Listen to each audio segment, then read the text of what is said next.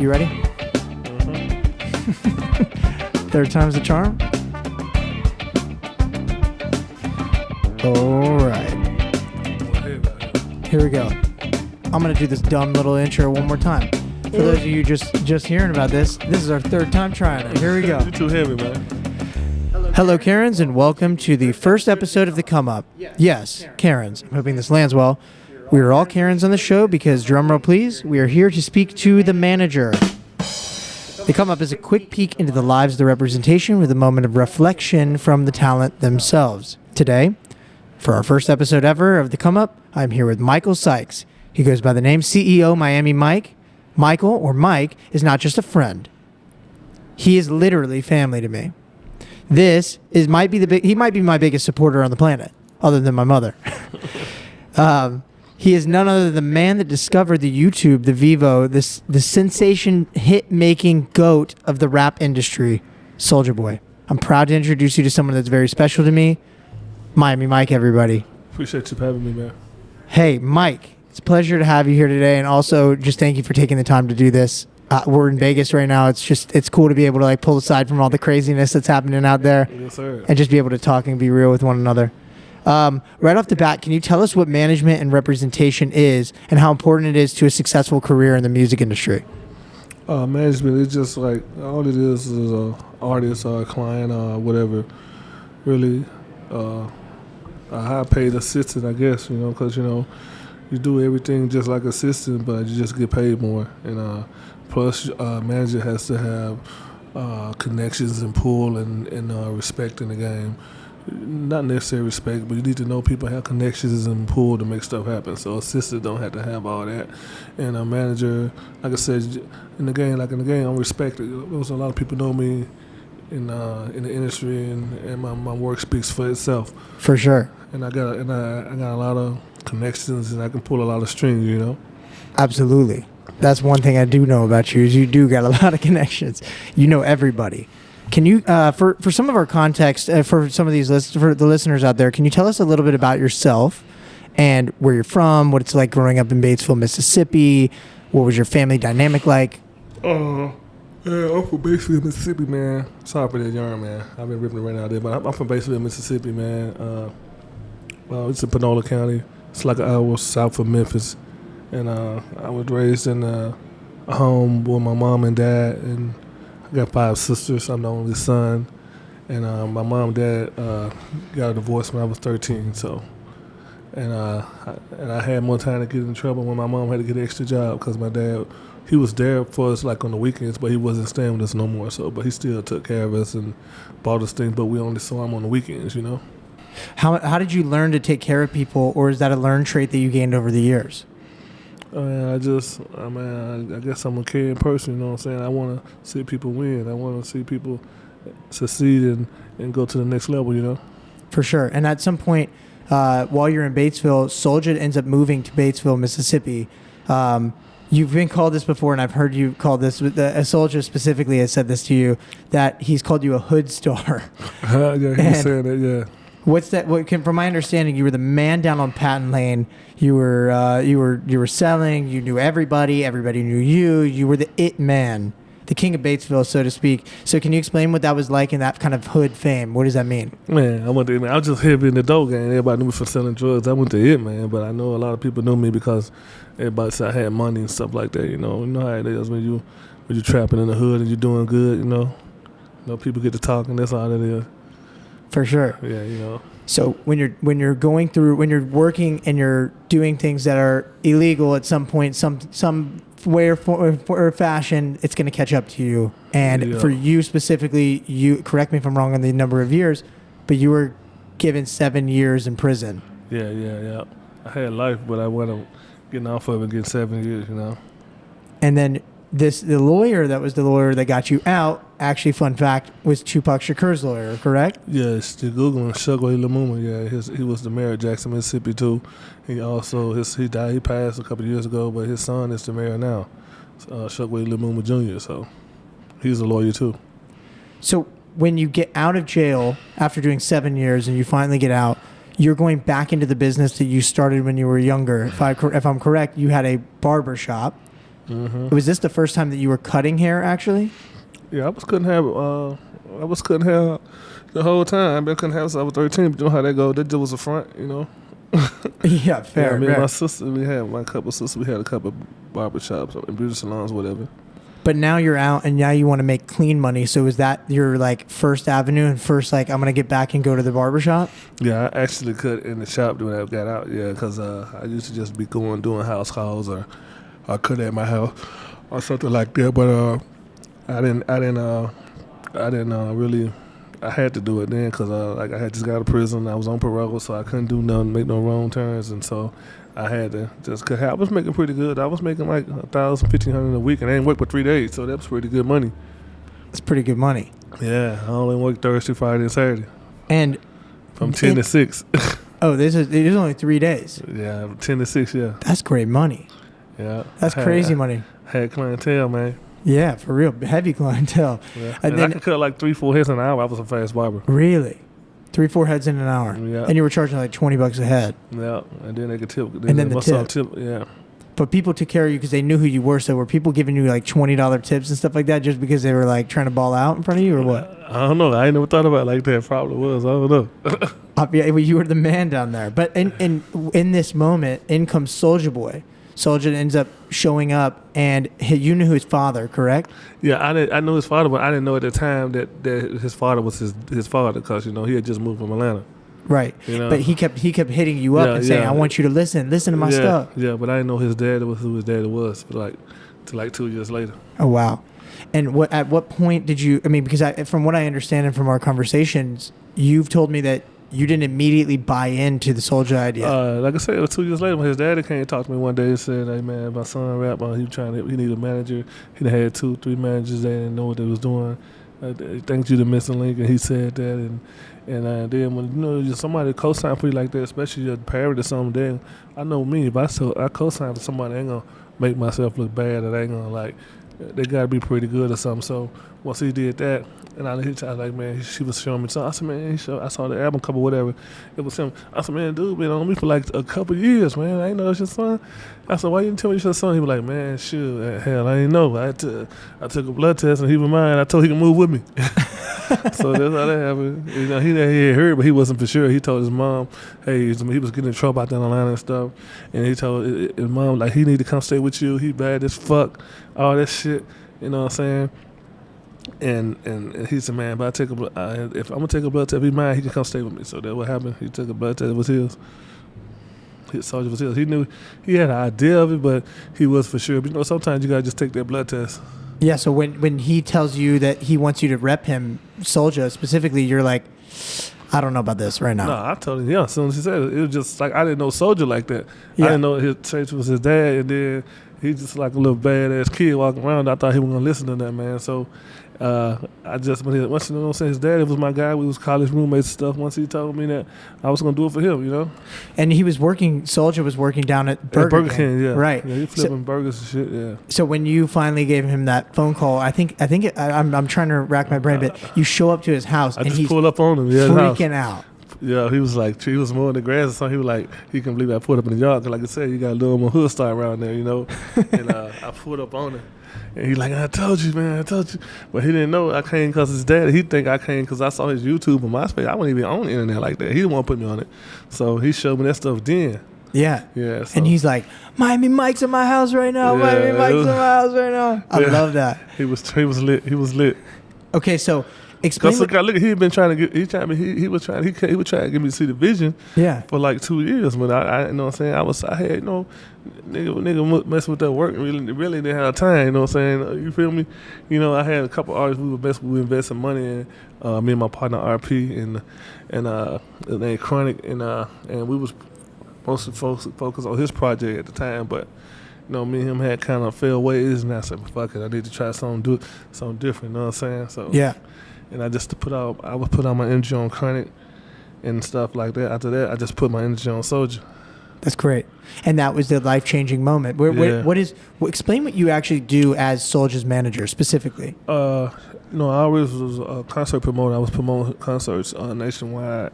I was like a solid investor on concerts and stuff, so I knew how to promote concerts and stuff. I knew promoters in almost every state because I was dealing with them on a private basis. Like I was like a private investor on shows. I did a couple of shows myself, but like I did the big shows because I was illegal. Like they said something like $200,000-300,000. I had to be like a silent investor on the show. Like give me back by 360 or something. But so stuff like that, I knew a lot of promoters, and so I just started getting them on the shows I was doing. I was paying to do, and the billboards was getting promote artists, and I just started putting them on them, and I just started focusing on them, you know. And I just told him to put my number on his MySpace page, and my email, and it went from there. It was popping, you know what I'm saying? Like the next day or two, some people started calling like, "We want to book him." Like, what? Let's do it. So you end up traveling a lot with him, right? You started doing a lot of college parties, correct? Every day, yep. And then if I remember, tell us the story about the aunt. How his aunt was like, or maybe it was. His aunt at Burger King. She just didn't want to take out work because she thought I had him on the road selling drugs. Because at the time, he wasn't on the radio, and just the MySpace was popping. He was one of the hottest on MySpace, and he had a following on that, so you didn't see him on the radio or TV in the area, hear him on radio, see him on TV. So she just assumed because of my past, I had him on the road selling drugs because all of a sudden he was popping up with a lot of money. And she just didn't want to take off work, man. Talking about he can't take off work and go with you. And I used to get mad. I had radio interviews set up, but she used to want to let him do them. She just hated me, bro. You know what I'm saying? Because she thought I had a nephew out there trying to sell drugs. So what she did was she used to want to let him take off work, man. I'm talking about like, he only made like $300-400 a month. I had shows for like $3,000-4,000. Yeah. For 30 minutes, you know what I'm saying? And she didn't want to take off work. And he couldn't quit the job because Dad told him, you quit your job, you can't stay with me no more, all that stuff. So he had to work. That was part of the stipulations when he moved in with him. So you're jumping through hoops and all this stuff, and now, man. But you finally convinced him that you were not having him sell drugs and that he was good on the road. And so it was his dad didn't think that. It was his auntie. She just was a hater. She's a hater. Just a hater. Well, but she was hating on me, but she thought, you know what I'm saying? I guess I probably hate somebody. I thought somebody had my son doing something, but shit, I really wasn't selling drugs. I had people doing it for me. I didn't do it myself that much, you know what I'm saying? I was doing it, but I had quit. I retired and just let people do it for me, you know? Yeah, for sure. You're an entrepreneur. Yeah. Soulja actually, I guess like if we think about your trajectory, there could have been a horrible another, like just 7 years seems like the least it could have been. If we kept going down the trajectory of you get out and you go back into it, but you say that Soulja saved you, and because I got out, I was like, I got out, I had put one foot back in the game, you know what I'm saying? Yeah. I like, man, fuck it, like, you know what I'm saying? Because a lot of my money had got spent when I had got out, so I like, shit, the money was getting low. I like, man, so I put one foot back in the game to get my shit back up. Yep. But I had quit, but you got to pass people, it's still gonna always follow you, man. Yep. Absolutely. I mean, for sure. It's just, history repeats itself. Yeah. However, Soulja did save you and take you out of that and bring you into this whole new life. So I want to go back to some of the times that you told this story to me that's it's beyond unbelievable. At this time, you have a lot of money. I don't know when you don't have a lot of money, but at this moment you have a lot of money because you told me that one time you took $4 million cash and you showed it to him for motivation. Yeah. How's that go? I just told him one day, I said, look, man, man, you're going to have more money than me one day. I showed him that, and I said, I'm just 4 M's. I said, this ain't no money, but I'm just showing you this because you can have. But his eyes was big, like, man, you're going to have more money than me one day. He said, no, wait. I said, you're going to have way more money than this. And I just trying to motivate him. Yeah. I mean, Some just told me to do that one day. I just did it. I had made some moves, and I had a lot of money I had this money going out, and I used to don't have that much money on me around me because they had to go. So this time, the money had to get to the way it had to go. I just had it on me for like a day. And you said you're gonna have more money than this one day. More money than me. Yeah. Yeah. One day, this is nothing. He just got to believe. Yeah. Yeah. Which is such an inspiration. He said, no fucking way. No. No. Of course. Yeah. Obviously. And at the time, he had got caught with like $90,000 in his locker or something at school. So like, you know what I'm saying? And he didn't ever have that.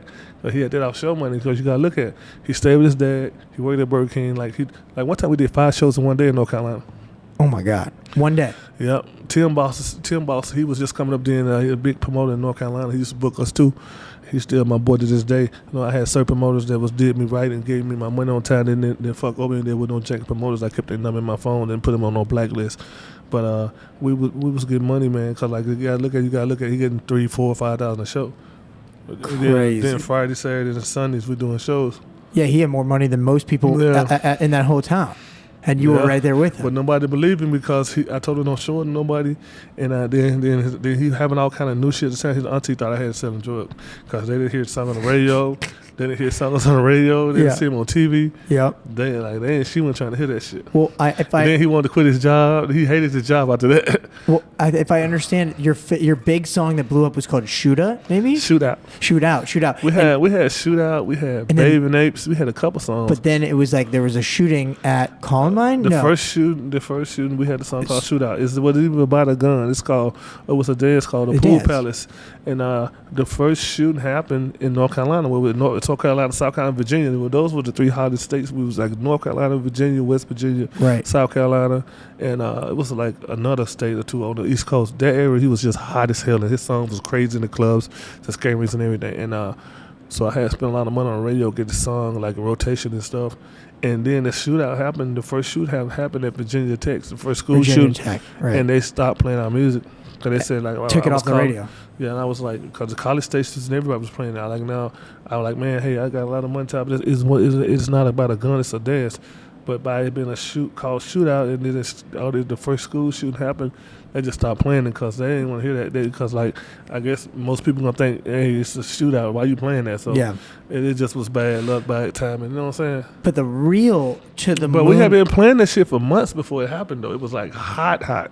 Yeah, I mean, and that was huge. But that's where we getting our money off that and Baby Apes and stuff like that. But then, if I remember correctly, you pushed for Crank That to happen, and Crank That was the real single that made, and nobody wanted to do that, right? Soulja didn't like Crank That. Right, and somebody else didn't like Crank That. Nobody liked. The only somebody that would like that bitch was me in College Park. But at the end of the day, an artist gonna think every song that he pushes is the best song, which they supposed to do. Yeah. Sometimes an artist don't hear what you hear. He makes stuff all the time. He think it's the best ever. So, and then you tell artists, hey, that ain't good. They get mad. They feel it sometimes. We had a lot of followers now because I tell them songs I don't like, and I like to tell them all the time. So Soulja Lil Wayne told me he make 100 songs. Out of every 100 songs he make, 3 of them might be a home run. So that's Lil Wayne. You know what I'm saying? Of course. So but he listens to my opinion now because I'm not a studio manager no more. I don't like to be sitting up in the studio all the time. When he let me listen to him, he don't need nobody in the studio with him. So he's like, he know how to. He's a producer, so he does everything himself. So he don't need nobody but security or something like. Right. And so he the songs he did, like just say he didn't like Nigga We Made It with Drake. I said, Soulja, that's a hit. Yeah. He liked it, but it was like he was like focused on other stuff. He didn't like Pretty Boy Swag, but it was like he didn't like Pretty Boy Swag. He had some more songs. He had so many. He got look at this dude making like 5-10 songs a week at least. Sometimes 2 songs a night. So he had so many songs, you know.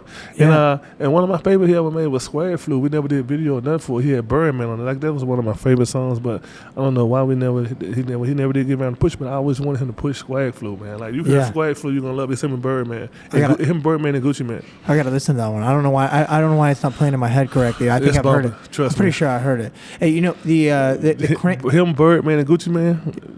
It's a slow song too. Like it's talking about you got the swag by cars and big houses and stuff. Swag food. Also cash money shit like Birdman be talking about. You know what I'm saying? All right.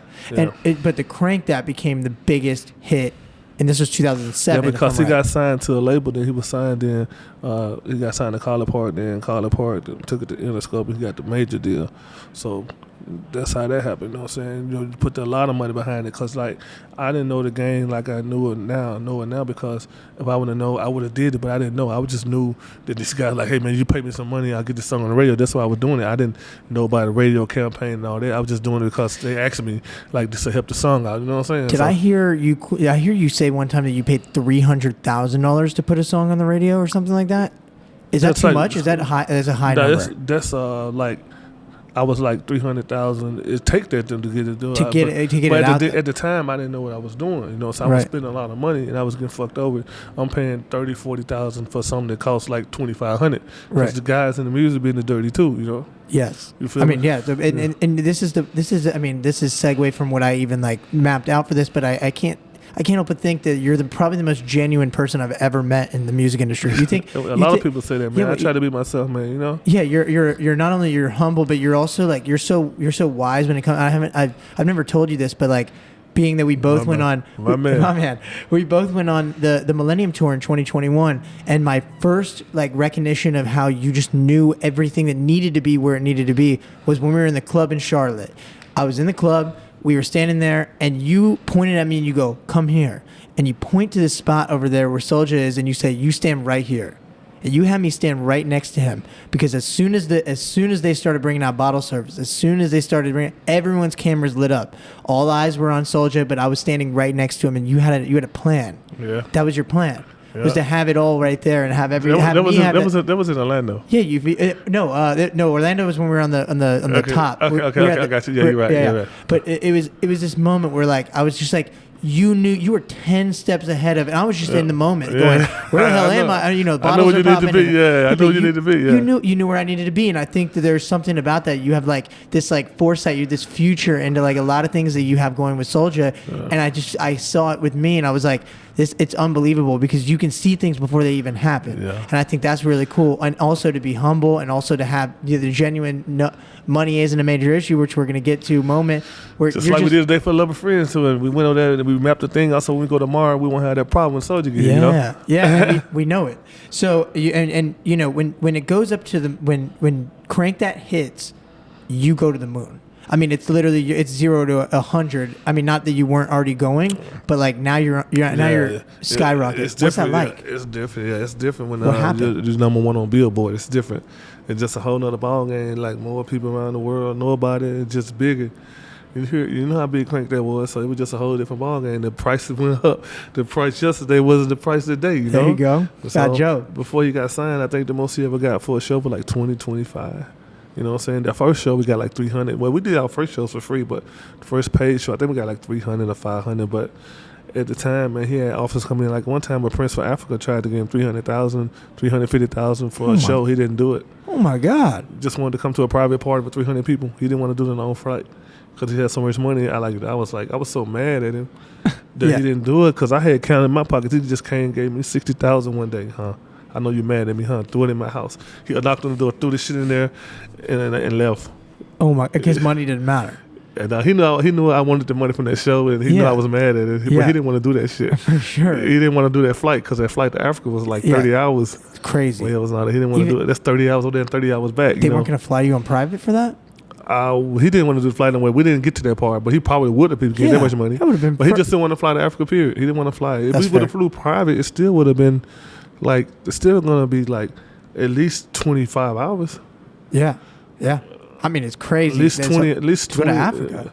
Let me see. I don't know. It's going to be a jump. It's going to be a jump. Because it's like the 20 to 30 hours, like you have, like every time I go to Africa, I have a layover in London for like 5 hours, or a layover in Paris for like 5-6 hours, then go. So you count that in there too. So that make it like 30 hours. So at the end of the day, it's probably 21 hours of flying. You go straight stop. Besides the $300,000, you're just riding these like clubs, nightclubs. You're going to private parties in LA. You're going to Vegas. Mm-hmm. Like, describe what happens as soon as Crank That comes out and it's like bonkers. What happens? Man, it just went crazy, bro. It's like an explosion. It's like we was already doing good. Just thinking about it. Just say we was getting like, I just say 5 to 15,000 average a show. When Crank That came out, that shit went to 50,000, 75, 100, 150 within months. That's what the offers started coming in at. You know, some people just come in like you might be want something, but like people want you so bad they have a high offer. They'll send a high offer in. Yeah. So what can you describe a very like a life high moment, one specific moment, and this you can take a second to think about it. One moment that you and Soulja are so proud of that happened together. Something that happened together that you're super proud of. I was super proud when he had his first kid because I was told he needed to have a baby because he didn't have no kids. Yeah. I mean, and that's recent. That's so recent. Yeah, I know. That's like, you know what I'm saying? It's like it changed into a man when he had a baby, you know? Yeah. I mean, definitely. And even more so, your Uncle Mike. I'm the godfather, yep. Absolutely. I would expect nobody else to be the godfather. Okay, but now explain that's a proud moment. I want to explain some, like, because a lot of people, you know, that are listening right now want to know that there's going to be hard times. But to get through that with a good manager, how do you get through some of these hard times? How do you calm him down in certain moments, or not necessarily specifically that, but like if you're going through a rough patch, how do you show him that you're loyal and that you're going to be there, that you don't just walk? Well, we really ain't never had that problem because I'm the hard coach, man. Like, if I tell him something, he know it's 100 because I don't even speak on shit less than I know 100% what I'm talking about, or I got backup on it, or I got proof, or I don't just speak on shit, you know what I'm saying? If I tell you a duck and pull a truck, you get the rope and hook the motherfucker up. You might not think the duck can pull it, but it might be a super duck, and I know it, you know what I'm saying? So I just like he values my opinion because I always tell him the truth, whether he like it or not, or what he should do on certain things. And he know I'm not a yes man. He know I'm not gonna tell him some shit good and it ain't, you know what I'm saying? Yeah. Just like I say, he go in the studio, he make some shit I don't like, I don't like it. He get mad at me sometimes. He got used to it. He just stopped asking me. But sometimes, you know what I'm saying, because he know I'm gonna tell him what it is. Yeah. So we never even had that really, because I always like I don't never want nobody that I want will work with to question my opinion, because that's why I always make sure I'm right about it. If I don't know what I'm talking about, I'll find out, or I won't speak on it at the time, you know? Right. I mean, I think that goes without saying that everybody listening right now should learn to take their time answering questions for people, because a lot of people just react. A lot of people act way too quickly. And you think about your answers and you have them all backed up. I like that. That's the way it is. I'm just freestyling to tell the truth, man. I'm just freestyling it, bro. I love that. You know, I want to go into back to kind of your character, because I told you, you're one of the most genuine people I know. Appreciate you, man. My man. My main man. But Miami stands for Miami-Mike. It stands for money isn't a major issue. It's just an acronym. It ain't about money. It's how you treat people, man, you know? Absolutely. And how does that help you now in your career with Soulja? Because I know there's a lot of people that are schemy that'll tell Soulja that it will be, hey, it's $50,000 for the show, but it's really $100,000. Can you talk about how money is not a major issue? You're really just a partner? Money. Well, the money is about what my name is. It's just an acronym. Even just like Drake, do right to kill everything. Like Memphis Bleak, he ain't from Memphis, but Memphis mean making easy money, pimping hoes in style. So my name, money isn't a major issue. What it's about, to break it down, to me, it ain't about. It's about how you treat people. It ain't about how much money they got. You know, a lot of people feel if you got more money than them, you owe them money. So you don't owe nobody nothing. You work for it. On the flip side, a lot of people think you ain't got no money. That you're a penny stinker, or you're a peasant, or they shouldn't treat you better than somebody else with more money. You can't judge a person by how much money in their pocket. So it ain't about the money. It's about how you treat people. You know what I'm saying? You don't care, I don't care if you make $200 a week or $200 million a week. That's your money. You don't owe me nothing. A lot of people feel like you owe them something. They'll fall out with you about money. Right. Because you can give somebody $1,000 100 times. That one time you said no, they're gonna forget all the times you gave it to them. So it's about how you treat a person, man. As a person, you treat a person how you want to be treated. Yeah. So that's what the money isn't a major issue. But it ain't about money. It's about respect, man. You treat a person how you want to be treated. And I can be like your best friend, or your worst enemy's on you. So you want me to be your best friend, I'll be your best friend. You want me to be your worst enemy's on you, but I'm gonna give you that choice. So I'm not gonna just prejudge you and be mean to you, or treat you like an asshole, or don't like you for nothing. Yeah. So that's just what that is. It's about, you know what I'm saying, treat people how you want to be treated. You know what I'm saying? All day. And everything ain't about money. Some people can buy friendship. You can't buy a friendship. You can buy a fake friendship, but you know, that's why I say it ain't about money. You can't. People act like they're your friend. When your money run out, they gone. You know. For sure. And treat people how you want to be treated. I hope to one day be able to give what you've given to me so far, which is not only experience, but tons of knowledge and tons of just respect. And I treat people like you want to be treated. You do that more than I could ever imagine, especially from my standpoint. But, you know, besides the fact that you're quite literally relentless and like I said, genuine a million times, but you're a loyal person. What's the difference between you and other managers? I just try to coach them to get to the next level. You gotta, just like Michael Jordan, he was a good player, but he never got a ring till he got with Phil Jackson, a good coach. Same with Kobe Bryant. He never won a ring till he got with Phil Jackson, because Phil was a good coach and Phil looked up to him. Same with Shaquille. Shaquille never won a ring till he got with Phil Jackson, but Phil Jackson was a good coach, but he didn't have the right players, so he never won a ring. When they got together, they won. So it's about the right chemistry and everything, you know, because I know my craft, and I know what I got to do to take an artist to the top. I know what I got to do. I can find an artist that in the middle of nowhere, never been in the studio. I can put them in the studio. I can compose them a hit. I can have somebody write their hit. Have somebody do the beat. We go to the radio and make them a hit. That's just how I can do it. Like, you ain't already got to be talented. So I know this game inside and out from outside. And from what you've told me, you're not only you're a jack of all trades mixed in one. Yeah. You bring people up from the ground floor. Mm-hmm. You bring people up. Mm-hmm. And it's easy to manage somebody that's already platinum artist, that's already getting millions, because like once you get to a certain level, like an artist on the come up, I gotta reach out to people, call them and say, hey, put them on this show, do this for me, do this, and all for free. You put them on this show for me, let them open for 50 cents, let them open for this person.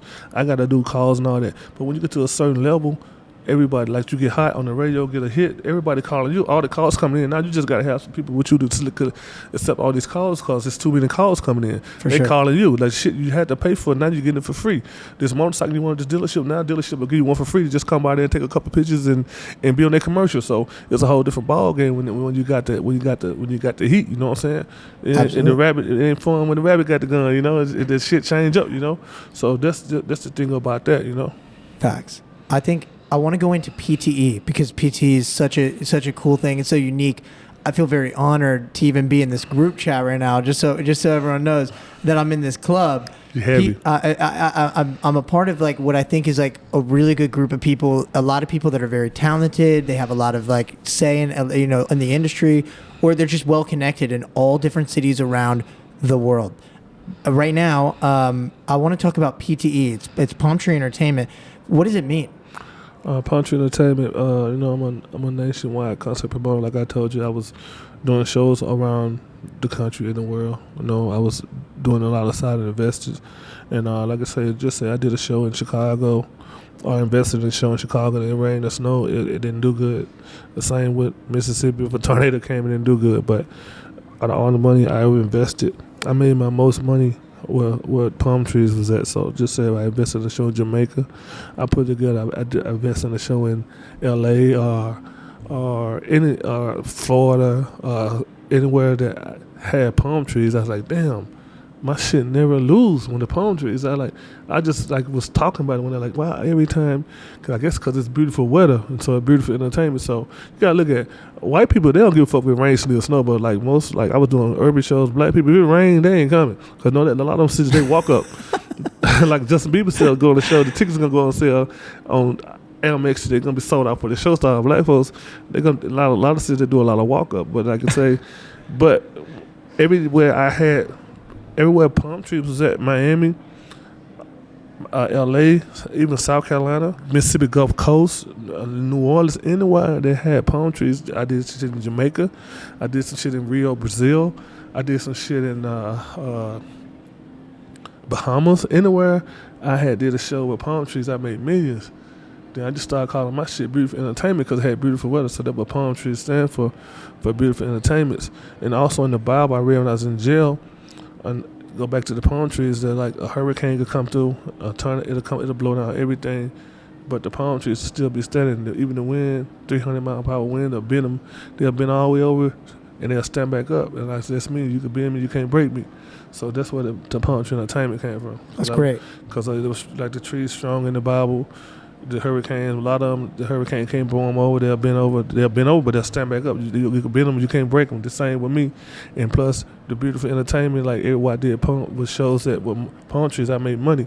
So it just palm trees kept hunting me, man. And palm tree became the logo. Then you can bend them, but you can't break them. I like that. And then everywhere you ever want to go vacation, just think about the beautiful place you want to go. So most of the time, they're gonna have a palm tree there. Absolutely. So it's like they relax you or something, You've branched out with the palm tree. Palm trees here in Palm Vegas. Tree Entertainment. Yeah. I mean, but you've also exactly you branched out from Palm Tree, but you've gotten a couple different other entities. One that's specifically like APC. Yeah, A Plus Consultant. That's my consulting company. A Plus Consultant, and then another one you have Palm Tree Foundation. Can you describe the difference between, and let's just start with the difference between what is A Plus Consultant and PT, the label in management. PT the label manager. That's I just got a label and I got a management company. Some people don't want, like, you can't sign that about your label, you know what I'm saying? It costs a lot of money. You got to put behind the project, and manager make 20% of they make. So that's why I got the PT, the label, and management. The Palm Tree Foundation is my foundation. We give back, we go to schools, talk, and we do concerts and let kids in free under car show, let kids in free 13 and under. We help single parent ladies. We do little scholarships, pay for a lot of stuff, man, for single ladies and stuff, We feed the homeless. We do turkey drives. We do, for Christmas, we do school supply drives. We do silent Santas, We do a lot of stuff. So we do a lot of motivation speakers, We go, like hurricanes, tornadoes come, sometimes we go help clean up. And, we just do a lot of stuff, man. It's Palm Tree Music Foundation, but and get kids, let them know about the studios and stuff like that in case want to be an engineer, manager, anything. So it's so much stuff we do, man. It's just like, it's not focused on just one thing. It's like numerous things, you know what I'm saying? Like, part of when I go to somewhere and speak or something, or as me being an actress, people can't afford me to come, I just use it on my foundation, you know what I'm saying? Yeah. Come on my foundation behalf, but that's what that is. And A+ Consulting, what I do with A+ Consulting is A+ Consulting the Financial. What we do is just say somebody want to start a record label, we'll help them consult and go from there. Or they want to start a trucking company. I got people in every field. Just say somebody want to start a trucking company. I got a homie in Dallas who got 600 trucks, so do a meeting and he'll help him with it. And just say you want to start a trucking school, just say you want to start. It's not just for music. It's just any kind of business. Start any kind of business. I got the soap shop too. Yeah, so you want to. It's just like consult you, because most businesses, if you don't know what you're doing, you're gonna lose. You're supposed to lose. Most businesses expect to lose in the first 3 to 5 years. You're not to make no money. So what we do, we can make shortcuts around it so you can make money, because you're gonna make a lot of mistakes. It's about eliminating the mistakes and stuff like that to make money, because you're gonna make a lot of mistakes the first 3-4 years. You get into a new business, don't know anything about it. Like I said, you already with somebody with an apprentice, you learn, but it's just cutting a lot of mistakes out, and it's just a shortcut to just like having a mentor or tutor, man. You know what I'm saying? Yeah. Even the president has an advisor. You know what I'm saying?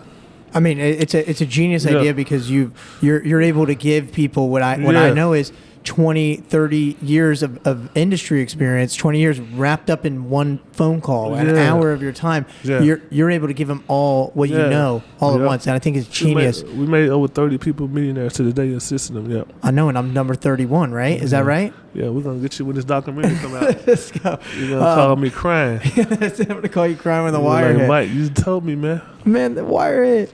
I want. Who else do you manage? You manage Soulja Boy, but you also manage who else? I Memphis. I co-manage a lot of people that I got P2K that did it. He's number 5 on the blues chart. We got a song called "Gotta Make a U-Turn" with King George. But I have like I said, my management company, we have like a lot of people manage. Like the group trends, like over 60 people in there. Like some of those people, side people, and I co-manage them with them. And I be like a silent manager. You know what I'm saying? An artist whisper to them. You know what I'm saying? Because I consult managers, producers, not only artists, you know what I'm saying? Yeah. And the consultant company, it's just a different ball game, because most people you manage, if you get 20%, they ain't making no money. How you gonna make money? That's how they go. But like with the consultant, most of these people come in already have money and have a budget for marketing and all that. So it's a whole different thing, Right. It's a whole different thing, It's like they already have a budget for it, You're in a position right now to also grab a budget too. You have budget. So most of the people at A+, they have a budget. Yeah. And I'm just in the budget. That's great. Yeah. Just say this football player, he had an artist one time. He wanted me to manage him. I ain't making no money. How am I make money? So I'm saying my time is valuable. So what he did, he said his budget was $500,000. So he put me in the budget. He gave me $100,000 of the $500,000, and I managed the whole project with his label and his artist. You know what I'm saying? But even though I wasn't his boss artist manager, but I told the manager and everybody on the team what to do. I playbooked the whole situation. It's great. Yeah, that's what APC do. He's one of the millionaires, I'm guessing. No, he was already a millionaire. This was budget for his artist. Right. No, I'm just saying that was one of the artists that came up. Yeah, we getting it, man. Yeah, it's heavy. I'm curious I want to talk to you about touring, and I want to get into a little bit about like the fast-paced life and how how things go while you're on tour. While you're touring, you've been around the world. You've been around the world. You've seen Europe. You've seen South America. You've seen Asia, some parts of the Middle East. Clearly not Africa on a 25 hour I've been to Africa. Yeah, Soulja ain't never been. I've been. Right, but you go and you travel a lot. Are you still traveling a lot? Is this still a thing, especially with Soulja? Yeah, I travel a lot. I travel a lot because like if somebody ain't booking Soulja, they booking me. I'm a motivation speaker. Yeah, I'm a consultant. Yeah. I consult any labels and major record labels. And you're selling him and like his music, but also his time. You're selling out arenas. I mean, these are massive tours, especially the Millennium Tour that I was able to see is like thousands of people coming out to watch these shows. Is there a very stressful part to that to you, or is it just so managed over these years that you just understand how it goes? Man, I don't let nothing stress me out, man. Ain't no stressful, you know what I'm saying? So, like, that's the easy part. The hard part is getting them there. So, when it's sold out, that's the easy part. Yeah, the hard part is getting them there. It's done. It's done when it's that. That's the easy. What's your favorite part? What's the most important part of your job? Communication, man. You gotta be communicate real good and know how to direct these plays and know how to build bridges and don't burn bridges, Build bridges, don't burn bridges. Yeah. I like that. And what about as far as the show goes, what's your favorite part of the Soulja Boy show? Man, I've seen 100, probably over 10,000 times. Yeah, but, for real. I guess my favorite part would be when he come out, how the crowd go crazy, and when he just first started crank that, they go crazy. Yeah. And how he interact with the crowd, you know what I'm saying, and the DJs too. That still makes you feel something, even though you've seen it 10,000 times. You still watch that and go, "Wow." Yeah, it ain't like you sitting in. It's different when you touring and stuff. Like, just say if I sit in the room and listen to a song 10,000 times, you'll get bored of it every day. But it ain't every day. It's like every other day. And just say, then if we be in a different arena, every time we go, different people, different sound system, it's just a whole different crowd, and different crowds holler loud and other. It's just a whole different feel every time. And hopefully surrounded by palm trees while you're doing that. How involved are you in his show list? Like, how involved are you in some of that set list? I put the whole thing together. Like he values my opinion. Like he does his own thing. Like he like, Mike, put the dinners together. I'm gonna do what you want. He don't care what I do, long as I have crank that last and certain song first, and it's the intro right and it's outro. Right. And yeah, just like the Millennium Tour, the whole list. I put that together. I put it, and I had to get him to approve it. Like, man, I put together. I said, man, these songs, we're gonna do this song, we're gonna do this slow song, we're gonna do this slow song, and we're gonna speed it up a little bit, then we're gonna go faster, and we're gonna do this song and last. We're gonna do this song first. You're gonna come out on this song, and I let him look over. Sometimes he might change one or two around. Sometimes he's like, oh, leave it like that's cool. Sometimes he have a new song that I don't know he did because he be in the studio all the time. I don't be in the studio with him because sometimes I see he might have been a hit. Made 4 songs. Like, man, I'm gonna do this song so the crowd react to it. Yeah. I said, okay, let's do it. Cool, whatever. Let's do it. And this is the. It's one of those things that for me, seeing it, and I've seen it only a handful of times. It always is like the most hype show that I've been to. I've been at hundreds of concerts. It's one of those hype shows that you just feel that entire time, that intensity, that energy, the crowd, like you said. He has a cult following. Yes, he sure does. He sure does. So now, going into what I think is one of the most important parts of my show, I want to talk to you about the thank yous, because I think that you deserve a really nice thank you, not only from me, but from many different people. I mean, you've helped a lot of people in their career, and I wanted to ask, as far as like when you get into deep conversations, do you have moments where Soulja will just look over at you and go, Mike, thank you? Yeah, but like sometimes a show he'll holler out, shout out to my OG, make sure y'all follow M.I.A.M.I. That's why I love him. Then sometimes he'll call me, like sometime like, Mike, man, I just want you to know, man, I love you, and I appreciate you, man. Thank you everything you done for me. I said, man, I appreciate you for telling me that, because like he just started doing that the last 2 years. Like, this shit surprised me. The first time he did that shit, I thought his ass was gonna die. I was like, man, what's wrong with you? Sick or something? Because he don't talk like that. Man, I just thank everything you done for me, man. You know what I'm saying? You took me out the hood. I'm like, man, I appreciate you for telling me that. That means a lot for me, for you to even tell me that. You know what I'm saying? Sure. You know what I'm saying? Credit is a lot of things, appreciations, and I'm grateful for that. A lot of people ain't grateful, and they lose humbleness. And man, I'm glad you I'm glad you just said that, man, because like it means a lot. You know what I'm saying? Absolutely. To show that I'm appreciated. You know. For sure. Because I'm not the type of person going to ever tell a person, hey, I did this for you. I did this for you. I did this for you. I don't do that. You know me. I don't do that. No. I don't brag on myself. I don't say what I got. I don't talk about money. I don't flash money. I don't do none of that. So everybody, I'm humble, man. Everybody know me, you know what I'm saying? I'm that same guy. Ain't no switching up, man. For you know sure. What I'm saying? Just being real. I'm just going to treat you how I want to be treated. You know what I'm saying? I'm not gonna talk about you behind your back. I'm not gonna back. If I got something to say to you, I'm gonna tell you to your face, hey man, you know what I'm saying? You shouldn't do this. You know what I'm saying? You know, that's me. You know. So, this is totally your call.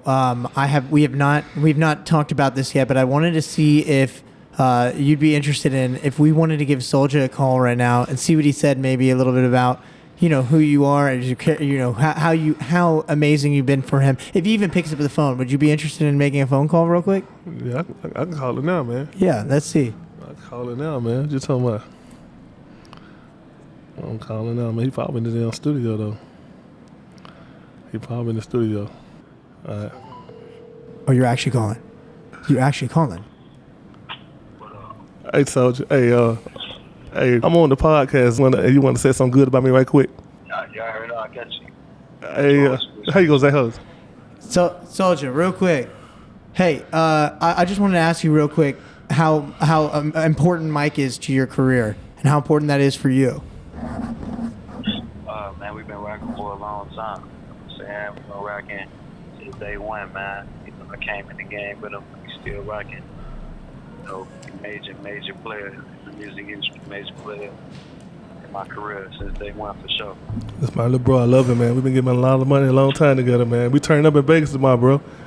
Everybody asks about you. Yeah, man. We're all here right now. We just saw the festival grounds. It looks amazing. It's going to be a really fun time. A real quick question, one more. It's just, you know, Mike is such a loyal person in your life. How important is loyalty to you?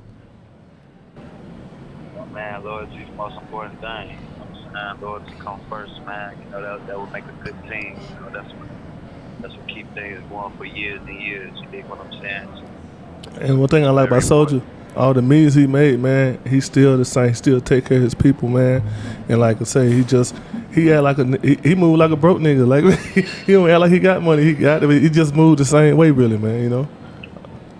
Man, we really appreciate you taking a second for this. We're going to see you in the next couple of hours when you come into Vegas. All right, then, bro. I'll talk to you later, man. All right, Soulja. I thought he was going to be in the studio. Wow. Wow, what? Wow. What? I mean, of course he's going to answer. You're one of his best friends. I don't even call it. Every time I call him about money, I don't even call him like that. It's just about money. Yeah. He was waiting for the wire info.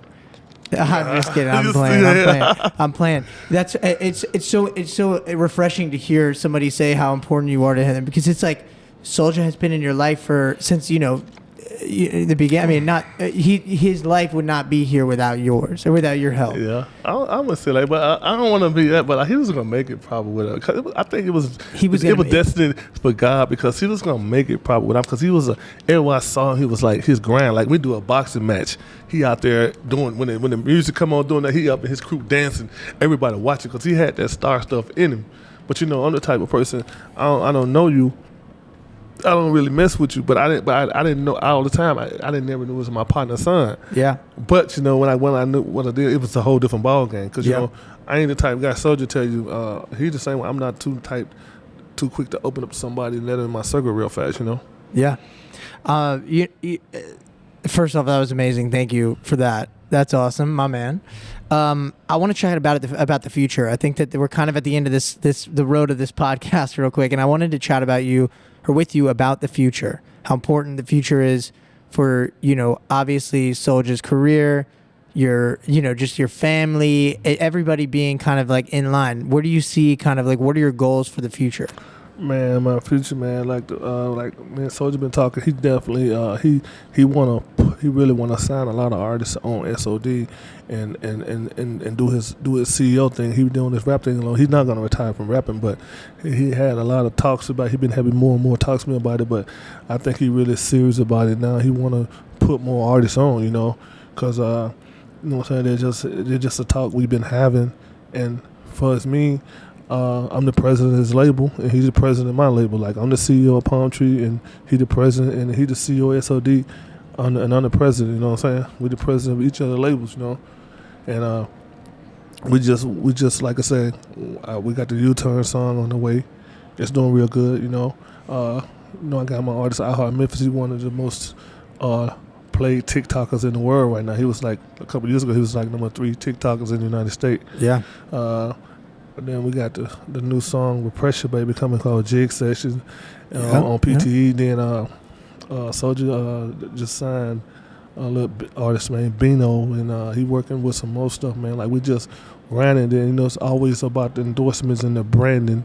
Make, because like I said, he got the little weed deal. He getting a lot. He doing that. You know, he got his games. You know, now he got his own rapper, and they're making millions. He got his weed paper.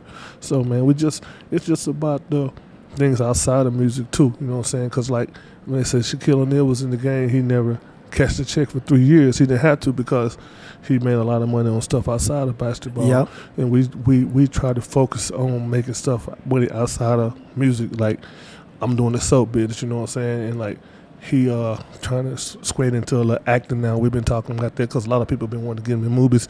He was turning it down. He didn't want to do it now. He more into doing that now because, like I said, because all that stuff bringing revenue. Just say Michael Jordan, his whole NFL, NBA career, 15 years, 18, whatever he did, he made $150 million, $140 million.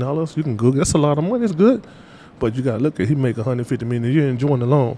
For sure. You know, Tony Romo played with the Dallas Cowboys his whole career, you know, so he was never a star player at first, but he got to be at the end. His whole NFL career, he made like $15 million in like 10, 12 years, but he make $20 million a year now with CBS commentating. So the list goes on and on. Like, LeBron make a lot of money outside of basketball, more money. For sure. So these athletes make a lot of money, but their endorsement and branding, man, so much money in there outside that. That just gets you where you want to go. Like 50 Cent's got the big deal with Volume Award, $250 million. You know what I'm saying? So, you know what I'm saying? Just by doing stuff outside the music and making more money than one way, you know, different streams of income, you know. For sure. And forgetting just like the income part of it, we had a conversation about this multiple times that like this isn't even for the money. It's more to like get your story out there because I think your story is so important.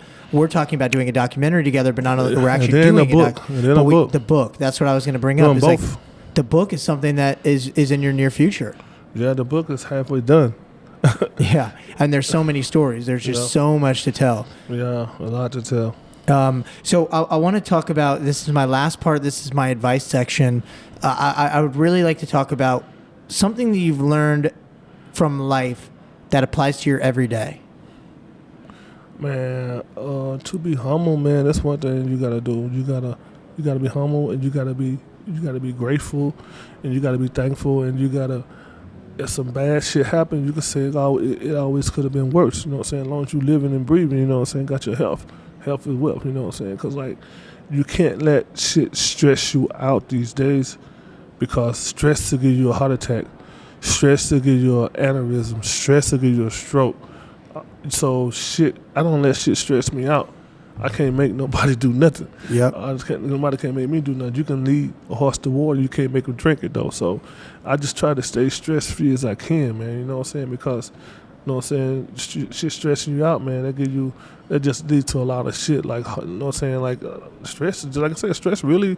You stress too much, it fucks your heart. You have a heart attack. You stress too much, you have aneurysm. Yeah. You stress too much, you have a stroke. So when you go to the doctor, something they say, hey, they don't stress too much. Just be calm and don't get too mad. So you just gotta like just be calm, man. And that's who I think you are. You're a calm. You're a calm man. Yeah. I don't see you ever stressed. I really don't. I mean, I'm sure you guys. I know you guys. Like stress. My boss said, I ain't stressing today. Hey, ain't stressing today.